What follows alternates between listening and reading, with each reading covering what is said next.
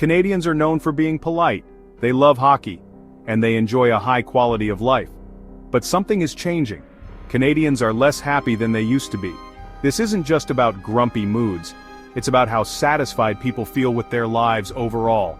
This decline in happiness is a warning sign. It tells us that something is wrong, it's like a crack in the ice, and we need to pay attention before it spreads. So, what's going on? Why are Canadians feeling less content? Let's dig in and find out. It's time to talk about the factors that are making it harder for Canadians to crack a smile. From money troubles to mental health struggles, we'll uncover the issues that are putting a damper on the Canadian dream. How can we be sure that Canadians are actually less happy? Well, we can't just ask everyone, "Are you happy?" and call it a day. Instead, researchers use surveys and data to measure something called life satisfaction. Life satisfaction among Canadians is steadily declining. According to data from the Canadian Social Survey, levels of satisfaction with life have been decreasing since the summer of 2021. Adding to this concern, hopefulness about the future has also taken a hit, dropping from 65% in 2021 to just 59.7% in 2024. Over the past decade, Canada's happiness meter has been steadily dipping. This isn't just a small blip either. It's a trend that's been happening for years. Data from groups like Statistics Canada and the Angus Reid Institute paint a clear picture. Canadians are reporting lower levels of life satisfaction. This data is crucial because it gives us a concrete way to track happiness levels and see how they change over time. Let's talk about money. It's a topic that often brings a lot of stress and anxiety, especially in today's economic climate. Whether you're a student, a working professional, or a retiree, the financial challenges seem to be never-ending. Or more specifically, the lack of it. Many Canadians are finding it increasingly difficult to make ends meet. The paycheck-to-paycheck lifestyle has become a harsh reality for a significant portion of the population. It's no secret that the cost of living has been skyrocketing. From groceries to utilities, every essential seems to be getting more expensive by the day. This inflationary trend is putting a strain on household budgets across the country. Housing is ridiculously expensive in many cities. Whether you're looking to buy or rent, the prices are often out of reach for the average Canadian. This has led to a housing crisis that shows no signs of abating. Groceries seem to cost more every week. The rising prices of food items are making it difficult for families to maintain a balanced diet. Many are forced to make tough choices between quality and affordability. And good luck filling up your gas tank without emptying your wallet. The cost of fuel has become another significant burden, affecting not just daily commutes, but also the overall cost of goods and services. This financial pressure is a major stressor for Canadians. The constant worry about bills, debts, and expenses can take a toll on mental health, leading to anxiety and depression. According to Statistics Canada, a larger share of Canadians faced financial difficulties in 2024, 32.8%, compared to 2021, 18.6%. It's hard to feel happy when you're constantly worried about making ends meet. The stress of financial instability can affect every aspect of life, from relationships to job performance. When you're struggling to pay rent or put food on the table, it's tough to focus on anything else. The basic necessities of life become a daily challenge, overshadowing any potential for joy or contentment. The gap between the rich and the poor is also growing. This widening disparity is creating a society where the wealthy continue to thrive, while the less fortunate struggle to survive. This means that while some Canadians are doing very well, many others are falling behind. The middle class is shrinking, and the dream of upward mobility is becoming increasingly elusive. This inequality breeds resentment and can lead to social unrest. People are frustrated and angry, and this discontent can manifest in various forms of protest and activism. It's hard to feel happy when you're constantly reminded that others are doing much better than you are. The constant comparison can erode self-esteem and make it difficult to find joy in your own life. Money isn't the only thing weighing on Canadians' minds. Mental health is a growing concern. Rates of anxiety and depression are on the rise, particularly among young people. The pressure to succeed, the constant barrage of social media, and the uncertainty of the future are taking a toll. The stigma surrounding mental health is slowly fading, but it's still there. Many people are reluctant to seek help when they need it. They may feel ashamed or worry about what others will think.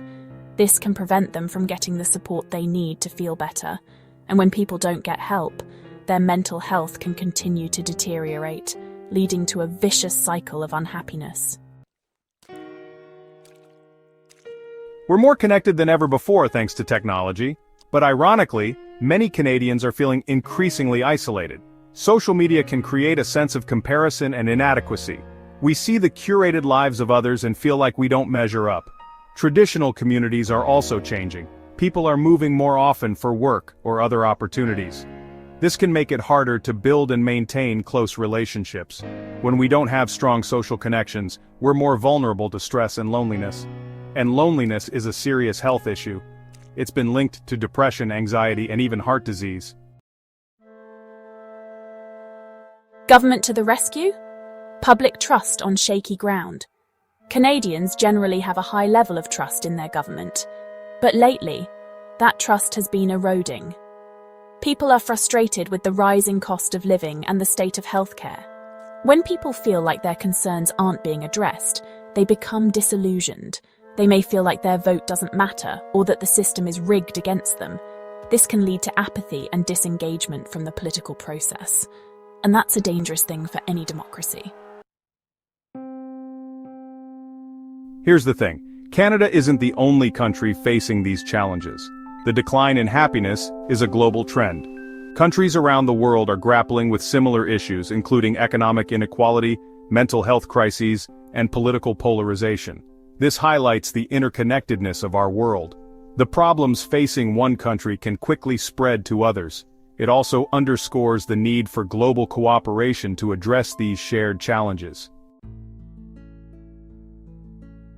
It's important to remember that not all Canadians are experiencing this decline in happiness equally. The factors contributing to happiness, or the lack thereof, can vary widely among different groups of people. There are significant differences based on factors like age, which can greatly influence one's outlook on life and overall happiness. Gender and location also play crucial roles in determining how happy or content individuals feel. For example, young people tend to report lower levels of happiness than older generations. This trend is often attributed to the unique challenges and pressures faced by younger individuals today. This could be due to the pressures they face in terms of education, where the competition is fierce and the expectations are high. Employment, where job security and career progression can be uncertain, and finances, where managing student loans and living expenses can be overwhelming. Women also report lower levels of happiness than men. This disparity is often linked to the different societal roles and expectations placed on women. This may stem from various factors, including societal expectations. Women often encounter added pressures as they navigate the challenges of balancing work, family responsibilities, and personal goals. Location also plays a significant role in determining happiness levels. Where you live can greatly impact your quality of life and overall satisfaction. People living in urban areas tend to report lower levels of happiness than those in rural areas. The hustle and bustle of city life can be both exciting and exhausting. This could be due to factors like higher costs of living, which can add financial stress, and social isolation, where despite being surrounded by people, one can feel lonely, and lack of access to nature, which can affect mental well-being. In contrast, rural areas often offer a slower pace of life, closer-knit communities, and greater access to natural surroundings, all of which can contribute to higher happiness levels. The decline in Canadian happiness is a complex issue with no easy solutions. It involves a myriad of factors from economic disparities to mental health challenges, and requires a multifaceted approach to tackle effectively. However, there are things that can be done to address the underlying problems. By taking a comprehensive and collaborative approach, we can begin to make meaningful changes that will improve the quality of life for all Canadians. Tackle economic inequality. This is one of the most pressing issues that needs to be addressed to ensure a brighter future for Canada. Address housing affordability. Introduce stronger rent controls and incentives for affordable housing development. Studies show that reducing housing costs significantly boosts life satisfaction. Making education more accessible is crucial. as it empowers individuals to improve their circumstances and make positive contributions to society. Additionally, enhancing mental health services is vital for supporting overall well-being. Expand mental health services. Increase funding for accessible mental health programs, particularly for youth. Strengthen social connections. Social connections are vital for our well-being and happiness. Individuals, communities, and businesses all have a role to play in creating a happier and healthier society. By working together, we can create a supportive environment where everyone can thrive. To sum up, life satisfaction in Canada has declined due to rising costs, mental health challenges, weakened social bonds, and dissatisfaction with government policies. However, with targeted interventions, there's hope for a happier future. What do you think is the biggest factor affecting life satisfaction in Canada? Share your thoughts in the comments below. Please support our channel by giving this video a thumbs up and subscribing. Thank you for watching, and we'll see you in the next one.